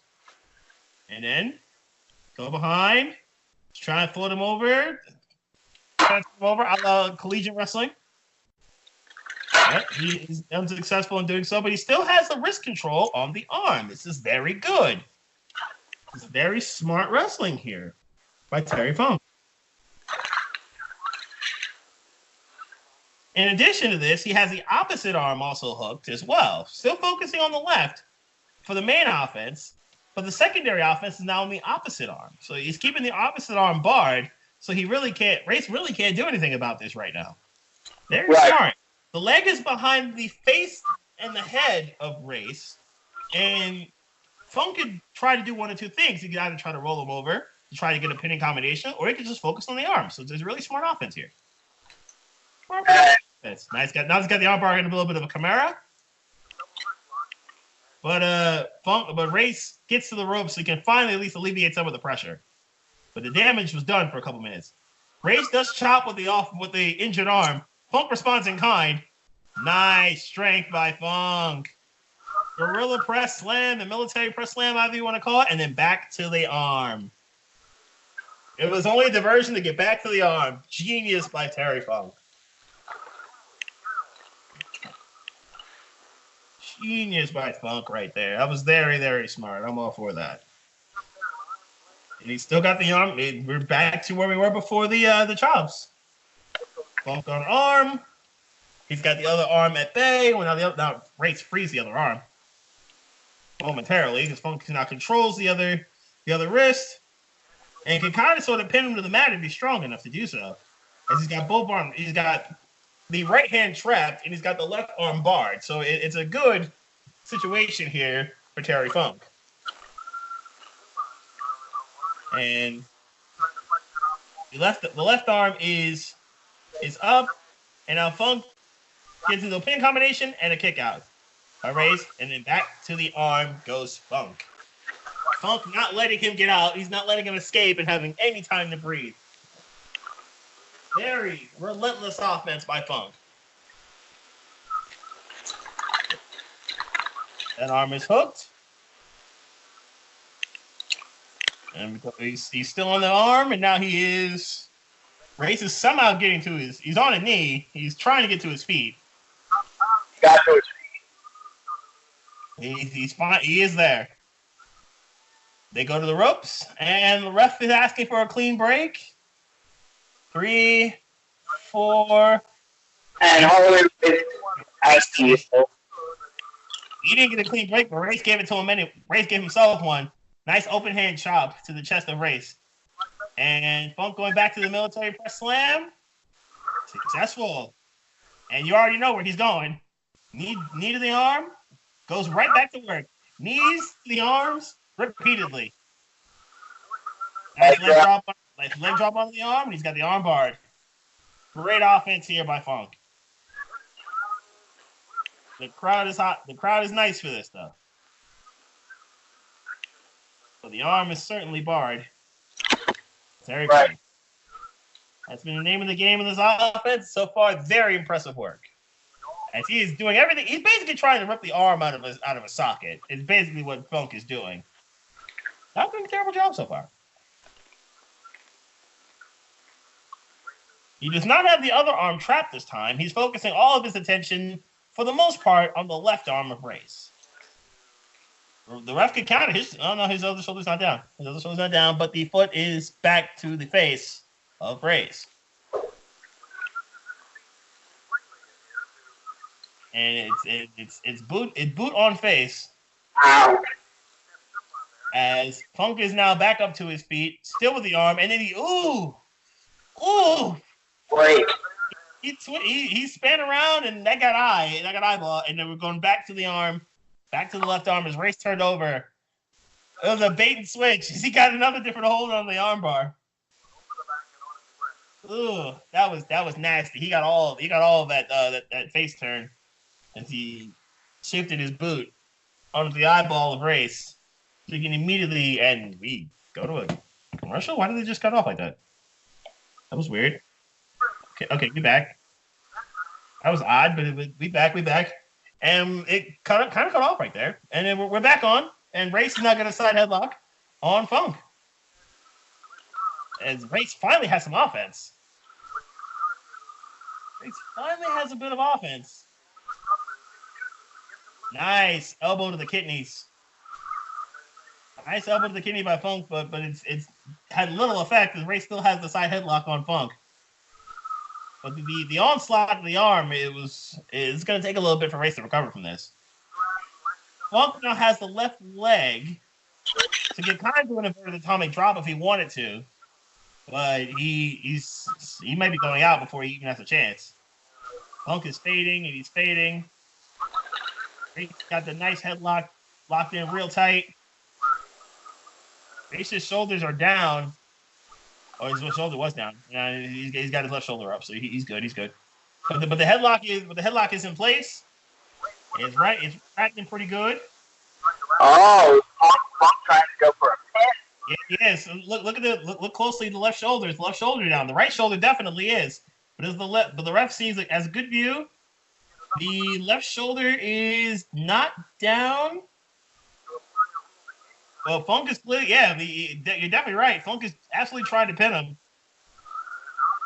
But Race's leg is on his side, so he can't be pinned. And now he's trying to basically wrench the neck up. Clear. Mistake by Rex. Yep, as Race countered into a pinning combination against Funk, but Funk kicks out and then back to the side headlock, and they're both on their sides. Good counter wrestling on both parties, especially Race, who could have been pinned there, but Funk could not get the last part in. Very smart there. This feels like a struggle. It does. Two relatively big and strong individuals who know how to tech wrestle. And they're showing their expertise at this moment in time. Side headlock is still locked in on by Race to Funk. Funk is trying to get to his feet, he's on a knee. Now he's back to his feet. Elbow shot in the kidneys, not once but twice. But the headlock is still in. The headlock is still in place. And Funk is now back to his feet. And trying to break the grip. He's going for the arm again. Let's see. Oh, that's a struggle. It really is. It's quite a struggle. And Race has had that headlock on for a good, 2 minutes now? Yeah. Incredibly impressive by Funk to try to break out of this. But he's got control, and back to the headlock. Race is gaining the better of this. Race is still getting the better of this situation. But Funk gets out. Funk finds his way out, and then nice to the armbar, and then back to a head scissors. As Funk went right back to the arm, but Race immediately countered it and went right back to the head. So we clearly see the modes of offense here as Race got a nice kick in. It's clear that we're getting the modes of offense where Race is going for the head and Funk is going for the arm. We'll see how this goes. Head scissors. Funk trying to kick out. Funk can't be pinned right now. The left shoulder's clearly off the mat, but he's trying his hardest to not go to sleep. And now Race can get him in a pin combination if he can get that left shoulder down. Although Funk might be out. Funk might actually be out. Nope. Funk still has a little bit of life left, but not much. Nice. Again, using that knee to the side of the head of Funk. Race still has the head scissors locked in nicely. Funk trying his hardest to kick out, and he can't even see because he's got his vision completely blocked by the legs of Race. The head scissors is locked on real tight right now, and Funk is trying his hardest to kick out. It's fish out of water type of thing going on right here, but he can't do it because Race has excellent control right now of the head. And Race is now doing a plank while still having the head scissors and still blocking the vision of Funk. And now he's basically trying to twist the head off like a top. But he's still in a plank position. Funk, meanwhile, is getting up and is on his feet. Funk's on his feet. Is he gonna body drop him? Is he going to? He could do. Race could pile drive in this position, absolutely. Funk is getting up, and Race is in no man's land. Race is in trouble now. Race is in a whole lot of trouble. He's got the waist locked. That's the good news. The bad news is he's looking at the canvas. Funk has got him in no man's land. Race can do whatever he wants with him. What's Funk gonna do? Funk still can't see. If he falls. Oh, that could have been much worse for Race. That could have been much worse for Race. Race kept the head scissors on while he was basically upside down. And Funk may go out here. This may be a matter of time before Funk goes out. He's got the head trapped very nicely.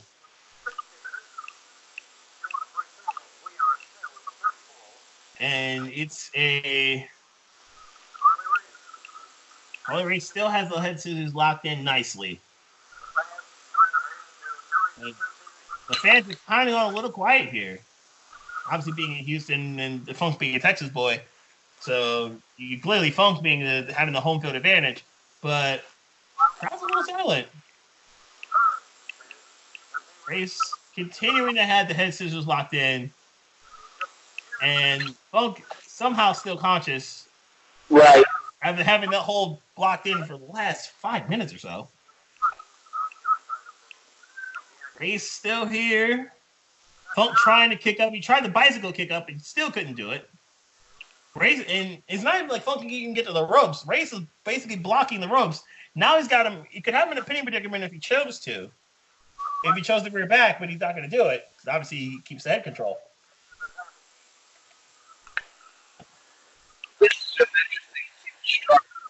This is a good struggle. Funk has had the struggle for the last 5 minutes or so.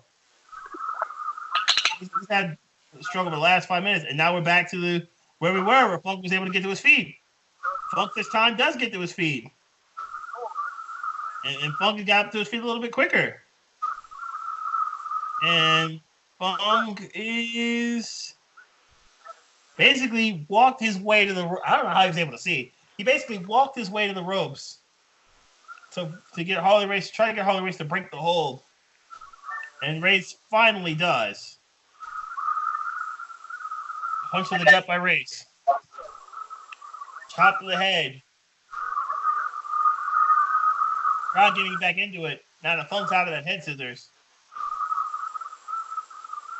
Funk may just be simply out. Another chop to the head. Funk falls to the apron.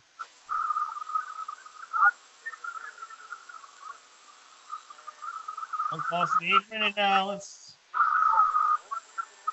Another right hand. Silver right here. Oh, what a right hand by Funk. Funk claps back, and it's a good punch. It was a good punch by Funk on Race. The ref getting in the middle to get a clean break, and he will get his clean break. And both guys are in the middle of the ring. We're going wrestling. Remember this.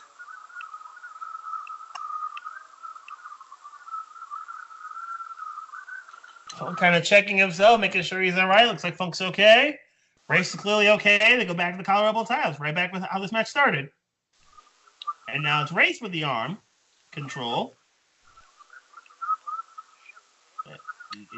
He shifts his whole momentum, and now he's trying to yank the arm of Funk. Turnabout's fair play here. Nice. Yanking the arm again. Nice chop by Funk. Another chop. Mm-hmm. Funk is trying to break the grip of Race. 3 straight chops there. Make that 4. Race's chest is fairly red. As Funk repeatedly chops, then gets a headbutt in, but I think that hurt him more than Race. That headbutt did not work. That headbutt was not a good mode of offense for Funk. Back to the arm goes Race. Back to the chops goes Funk. Back to the chops goes Funk. Funk repeatedly laying in those chops. And they go to the corner. Oh, nice overhand. And nice overhand chop. Funk did not give them a clean break. The referee just letting them go until they get to the ropes, pretty much. It's pretty much what's happening. He's going to let them fight until they get to the ropes. And once they get to the ropes, then he tries to step in, pretty much how this is going. Interesting. The ref's rocking jeans right now. He's rocking jeans in this situation.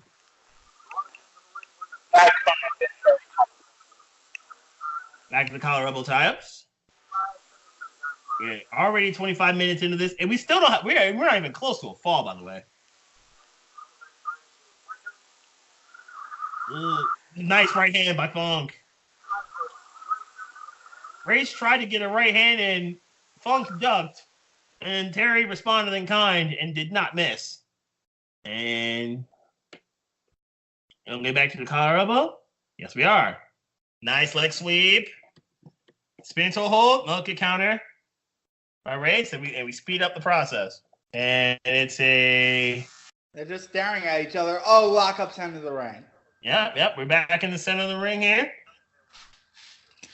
That's kind of in the pace of this. It's a little bit of much slower of a pace than the previous match we watched here. Still good psychology. That was a solid headbutt by Race. He caught him in the midsection there. Nice knee. Solid knee lift by Race, and he went for the figure four, but a good roll up by Funk. 1, 2, and a kick out. First relatively near fall. Yep, no, he kicked out. No, Funk's not argue. He knows he kicked out. We all can see. We all saw that. Totally kicked out.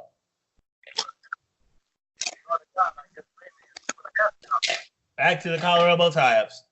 Back to the middle of the ropes. And off the ropes goes Funk. Into the chest goes Funk. Nice shoulder tackle. And the wrist tossed him out of the ring. Straight tossed him out of the ring. Funk basically used Funk's own momentum to toss him right out of the ring.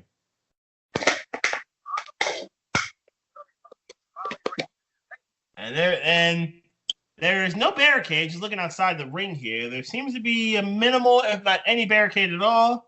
There's a whole lot of space, and there's a whole lot of concrete in between the ring and the fans. And that chop right there by Race. Funk got back to the apron before receiving that chop. And back to it with another chop using the left hand. Race does not seem to be favoring that arm anymore like he did previously during the match. Clubbing blow to the back of the head. And brings him back in with a suplex. Clean. Nice. Nice suplex. And now Race, I think I'm kind of a weaker knee to the kidneys. But back to the abdominal. They're going to do a abdominal stretch. Funk's not looking like he's going to submit, but Race does absolutely have the arm locked in pretty clean. Now the fans are starting to get a little bit hyped, not considering all the damage that Funk has taken over the last few minutes. But Funk's not going out. At least not yet. The leg is trapped as well. It's a pretty solid, clean hold here. Terry's gonna have to do something here. We're already halfway. Oh, he did submit. We got a submission. Funk submitted to Race. So Race gets the first fall. And basically he burned through half the time.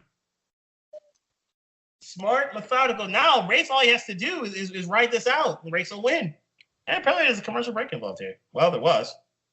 Ball 2, let's go. Funk is up, Race is up. What are your thoughts on the first ball? Methodical. It seemed like the pace kind of switched up from time to time. I thought we see a little bit more dynamic offense from the two, but I like the methodical psychological paces here. We got a little bit of Funk to the arm, and then we got Race to the head and Race to the arm. And ultimately, that's what got it done. The struggle was actually very compelling. That's why I was silent for a lot of it. I was just compelled at how they were working the holds and stuff like that. But now we're going to get to fall number 2. Back in collar, so fall 2 starts like fall 1 did. Collar elbow tie-ups. And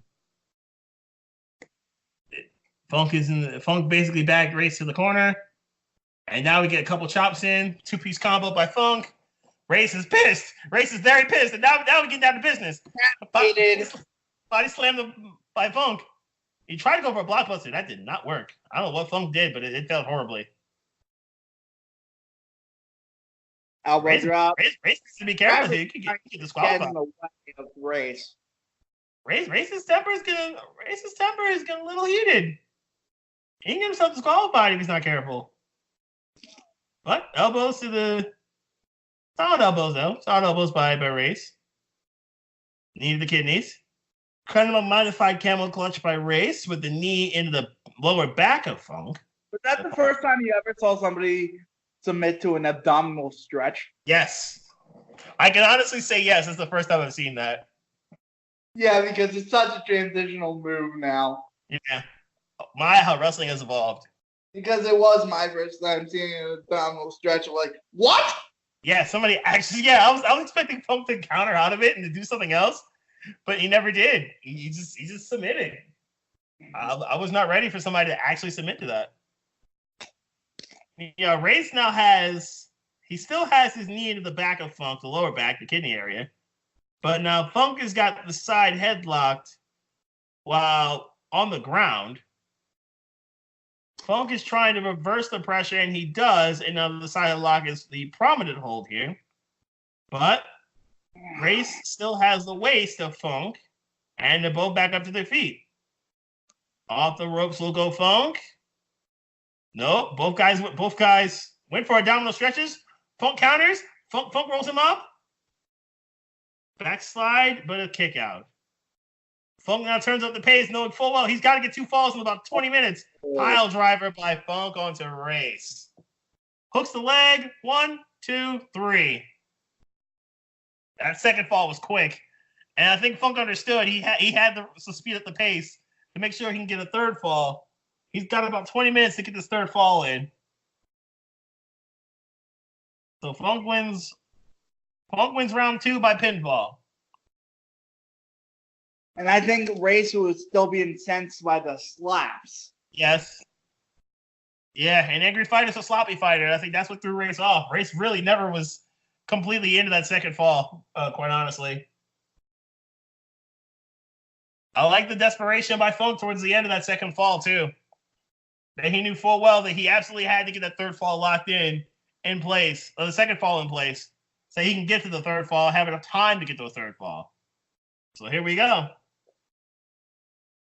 Fall number 3. 1-1. We got a half hour to go. So that second fall was really quick. That first fall was 25 minutes. The second fall was only 5. So we're basically got halfway to go. And Race trying to pretty much regain his momentum because he basically lost it with those 2 slaps. And then responds with a chop. Funk's like, fuck no. Don't fucking hit me. Funk is a little upset by that chop.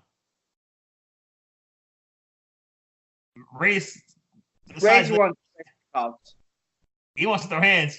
It's clear that Funk's ready to throw hands too. Here we go.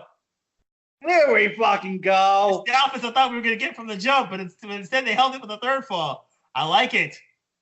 Funk bringing the offense, bringing chops. And another chop as Race is into the ropes, and the ref kind of letting it ride. Those are some big ones. Another chop to Race, and Race's time is down. Knee drop to the head, right into the eye. Right to the eye. Funk hooks the leg though. 1, 2, and a kick. Good kick out. Good kick out. That caught him right in the eye too. That knee drop caught him pretty clean out of the eye. Nice punch by Funk. And Funk now has absolutely the offense. Side headlock. Swinging neck breaker by Funk. Beautiful. Funk does not hook the leg this time. But Race kicks out. He goes punt. He basically punted him. He basically punted him with the heel of his with the foot of his boot. What a nice kick by Funk. And now another kick by Funk. Right to the face. Again, Funk does not hook the leg, but a kick out by Race. Now Race is on his knees. Funk now has total control of the offense. Right now, Race has no idea where Funk is. Going for an atomic drop. Yes. And that caught Race clean. That caught him clean. He saw that atomic drop, by the way. Another hook and nope, he's on the ropes. The fans in the background thought the Funk got the 3, but Race knew exactly where he was. Good ring awareness. Both of Race's feet were on the ropes. The ref saw it or sensed it. The crowd, I guess, didn't see it right away. At least the crowd on the far side. The near side clearly could tell, which is why there was no reaction. Nice double leg takedown. Go for the figure 4. No, spinning toe hold. Got the spinning toe hold on him in the center of the ring. You're looking directly into the face, and a punch to the face or a thumb to the eye, one of the two. But the point is, the bolt was broken by physical means by Race. Races, and both guys now on their knees. It's 1-1. This is the deciding fall in this NWA Championship match. Back to the spinning toe hold by Funk. And Race is caught in the center of the ring. Race is trying to get up. Race is trying to get out of this hold, and successfully does. Good job by Harley Race. Nice knife edge chop by Funk, who clearly now has the offense. Race is kind of on a spaghetti leg a little bit after those spinning toe holds. Nice right hand by Race, though. Nice. Another spinning leg takedown and the spinning toe hold. Single leg takedown, I should say. And then the spinning toe hold. Race now has the shoulders up, and he's kind of holding the hair of Funk. He's trying to punch from the ground, and is succeeding. Funk not playing defense because he's trying to play offense, and the defense, lack thereof, did not work. Funk is busted open. Look at Race hit him so many times in the head with those right hands. Funk's face is now as red as his trunks, and we see Race get up. That right leg is not stable, though. You can look at how Race is moving around. That right leg is not stable after those spinning toe holds. Race is still is rolling in those right hands, or those left hands. Another spinning toe hold. And the spinning toe hold is locked in. Not once, but twice. I don't know how long Race can actually physically stand in the situation. Race is trying to stand up, and it worked. He caught him with a nice right hand. Those right hands are saving Harley Race. Otherwise, he might have had a tap. Oh, look at the blood on Funk. Now Race is using the good knee, the good leg, with that knee drop. Look at the blood on Funk. I think that cuts right above the eye. Funk's like, no, do not. He's begging the ref not to stop the fight. Yeah, the cut's pretty much a middle of the forehead. It was nasty. Yeah, it's the middle. It's a solid gash. A headbutt by Race. It's right. Yeah, it's right over the eye. You can see it right over the left eye of Funk. Is where that cut is. And as they say, if you can't see, you can't fight. And it's always, and you can get knocked out by a punch you can't see. Funk has no idea where he's rolled into. But he found Race. Funk found Race, and they got a nice knee drop. Nice knee drop in the middle part of the left, of the right leg, I should say, of Race. Again. He could go for the spinning toe hold. He's going for the spinning toe hold. And here we go. Make it twice. Make it thrice. The problem is with Funk, at every time he's been able to put the spinning toe hold in, Race has been able to punch his way out. And that's exactly what's happening here. Funk still has the toe hold in, but there's no Funk is not playing defense. But he still has the hold locked in. The hold is still locked in, but Race is still playing offense. He may have to do a knee bar to try to prevent those punches. Got the wind knocked out of him. He sure did. He's still on his feet. Stop this. And Funk's like, fuck no. But Race might have knocked him out, but Funk is refusing. He did stop it. Yep. And the fans are incensed. Yeah, Race won the fight. Race won it by ref stoppage. Race retains the title. because the referee just did not let Funk continue due to the blood that he was losing. Funk just couldn't see. Yeah, blood's in his eyes too. You can see it. You can see how he's reacting, and the refs, and the crowd is The crowd is literally crowding the ring. They are not happy. But their fellow native Texan, being in the ring and not being able to truly try to win the fight. Harley Race retains the NWA World Championship by ref stoppage, winning 2-1, but a good match nonetheless. Entertaining stuff nonetheless.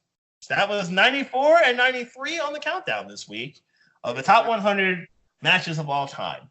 Very good stuff here. What did you like about these matches? What I liked about these two matches, we'll first go Fujinami.